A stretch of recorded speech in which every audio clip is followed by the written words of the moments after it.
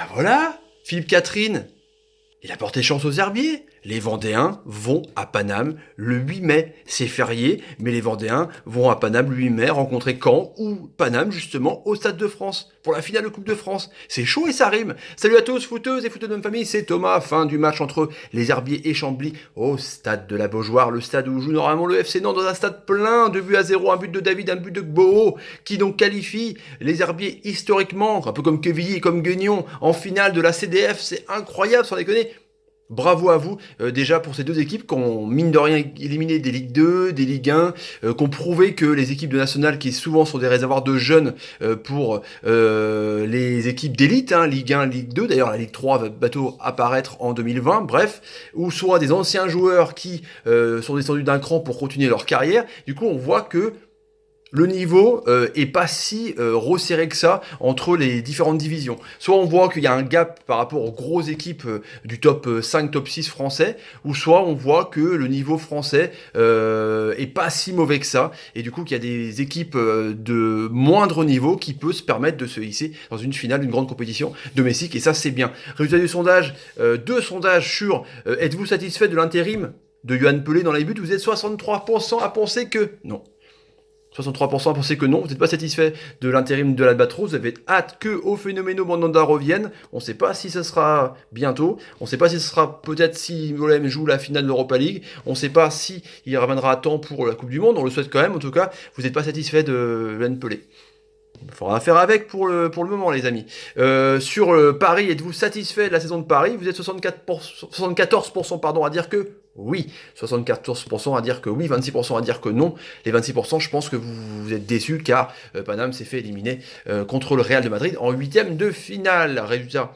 Ah non, un autre sondage, on verra ça demain, après comparer à la fin de la vidéo, qui, pourquoi pas, serait peut-être une surprise pour la Coupe de France. On revient donc sur ce match entre deux nationales, des équipes qui jouent respectivement donc dans la même division. Chambly qui joue vraiment le bas de tableau, le maintien avec 33 points, et les Herbiers à 36 points. C'est des équipes qui se talonnent, qui se rencontrent assez souvent, du coup, ils se connaissent bien. Et Chambly, on les connaît un petit peu, c'est une équipe, franchement, sur les tours qu'on a vus précédemment, qui joue vraiment en jeu de possession. Du coup, les Herbiers se sont placés vraiment en jeu de contre. C'était assez incroyable. Du coup, vraiment, ils ont laissé le ballon à Chambly, qui a dominé vraiment pratiquement tout le match, surtout à deuxième mi-temps. Mais les Herbiers ont...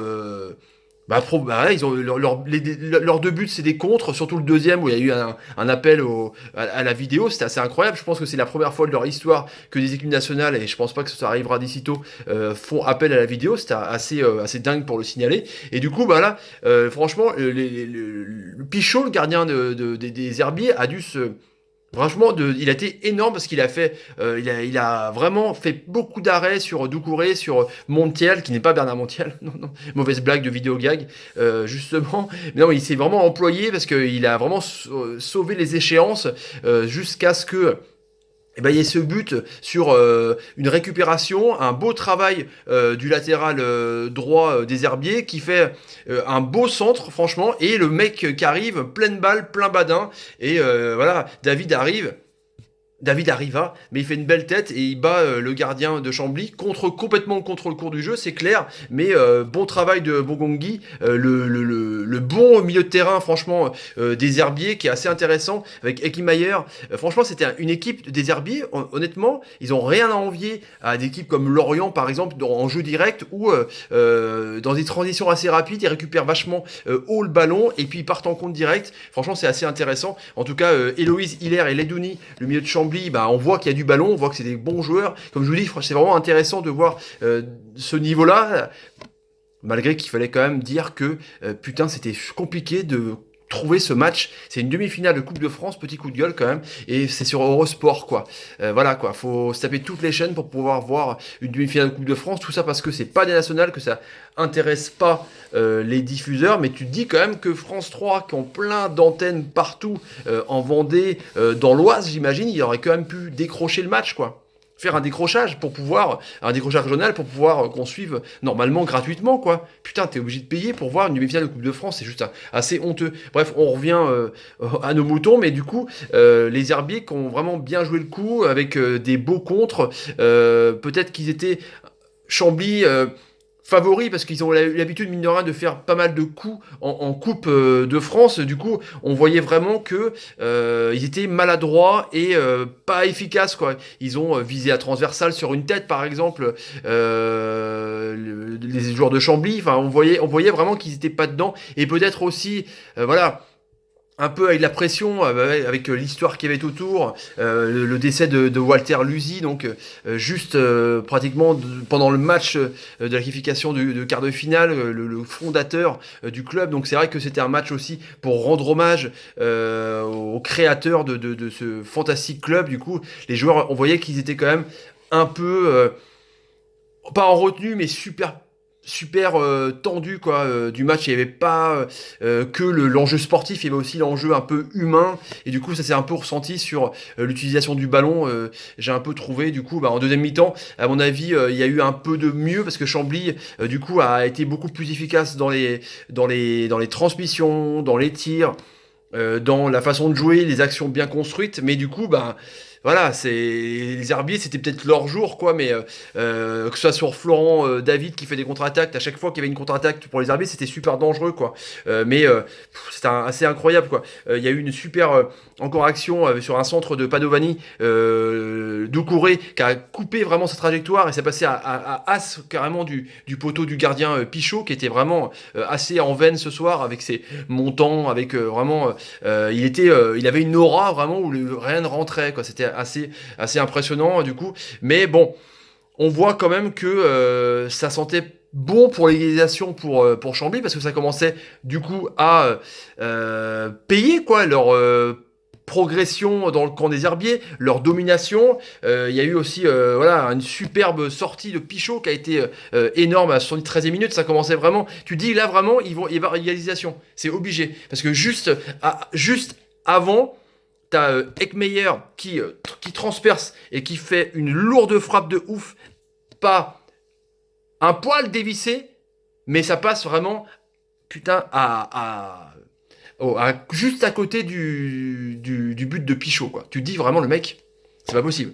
Ça passera pas. Et du coup, là, sur Eckmeyer, superbe passe en profondeur. Gbo, il part à la limite du hors-jeu. D'ailleurs, on se demande s'il y a hors-jeu. Il arrive tout seul devant le gardien. Tous les joueurs s'arrêtent. Le Stade retient son souffle. Et boum, il met le 2-0. Et là, tu te dis, vidéo, donc oui, hein, vidéo, j'ai un accent anglais de ouf, et du coup, il se passe 5-10 minutes, tout le monde regarde, les présidents de chaque club se regardent, ça s'embrouille un petit peu, hop, oreillette, tac, et but est validé, ce qui n'avait pas du tout hors jeu. On voit ça au révélateur à la télé, pour ceux qui ont regardé le match, comme moi, et du coup, voilà, et après on voit ce que j'aime pas. Je trouve compliqué, on en parlera souvent dans la vidéo, mais c'est du coup la joie un peu décalée, quoi. Et du coup, tu vois les supporters des Herbiers qui pètent les plombs, et à 2-0, le match est complètement fini parce que voilà, juste après, il y aurait pu avoir encore une réduction du score par Padovani, encore le défenseur, qui décoche une frappe, mais c'est toujours Pichot qui fait un arrêt énorme devant sa surface de réparation, quoi. Après, Gbo, sur un contre encore, aurait pu faire une belle balle de doublé, mais du coup voilà, Pichot était inévitable, et du coup sur une dernière action à la 93e minute, il se jette carrément tout son corps, il n'en pouvait plus tellement il était cuit, et il arrive encore à contrer un tir des joueurs de Chambly, un héros ce Pichot, un complètement incroyable. C'est juste voilà, c'était son match, c'était une équipe qui a voulu jouer en compte, qui voulait sa qualification. Chambly, t'étais un peu tendu justement par tout ça, par le côté humain, par le côté hommage, par le côté